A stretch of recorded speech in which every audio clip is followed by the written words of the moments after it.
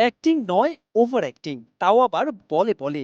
লাক্কাতুরায় মোহাম্মদ রিজওয়ান যেন কমেডিয়ান, লিটন দাস তেলে বেগুনে জ্বলে উঠলেন। টাইগার অধিনায়ক নাজমুল হোসেন শান্ত তো 50 পয়সা এনাম নয়, কাটতে চান রিজওয়ানের।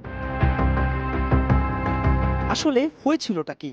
ঘটনা পাকিস্তানের দ্বিতীয় ইনিংসের ৭৪ নম্বর ওভারে বোলিং লাইনআপ থেকে রানিং শুরু করা তাইজুলকে বারবারই থামিয়ে দিচ্ছিলেন রিজওয়ান। ততক্ষণে সালমান আখা আর রিজওয়ানের জুটি জমে গিয়েছিল উইকেটে। বাংলাদেশের কাজটাও হয়ে উঠছিল কঠিন থেকে কঠিনতর। তখনই রিজওয়ানের এমন আচরণ, সঙ্গে সঙ্গে এলকেডি বলে উঠলেন হট হ্যাপেনিং। যোগ দেন শান্ত। রিজওয়ানও ছেড়ে দেওয়ার পাত্র নন। পরবর্তীতে ক্রিকেটারদের এই ঝগড়া থামান leg umpire.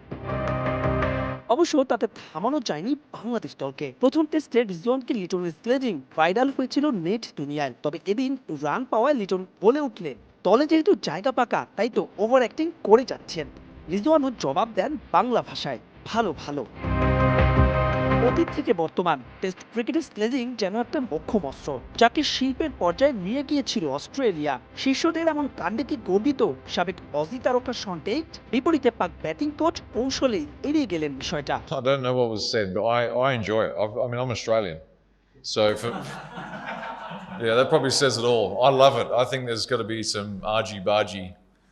Not all the time. You don't want to cross. We all talk about not crossing the line and all that stuff, but you've got to have a bit of aggression. I mean, it's a test match, Pakistan, Bangladesh.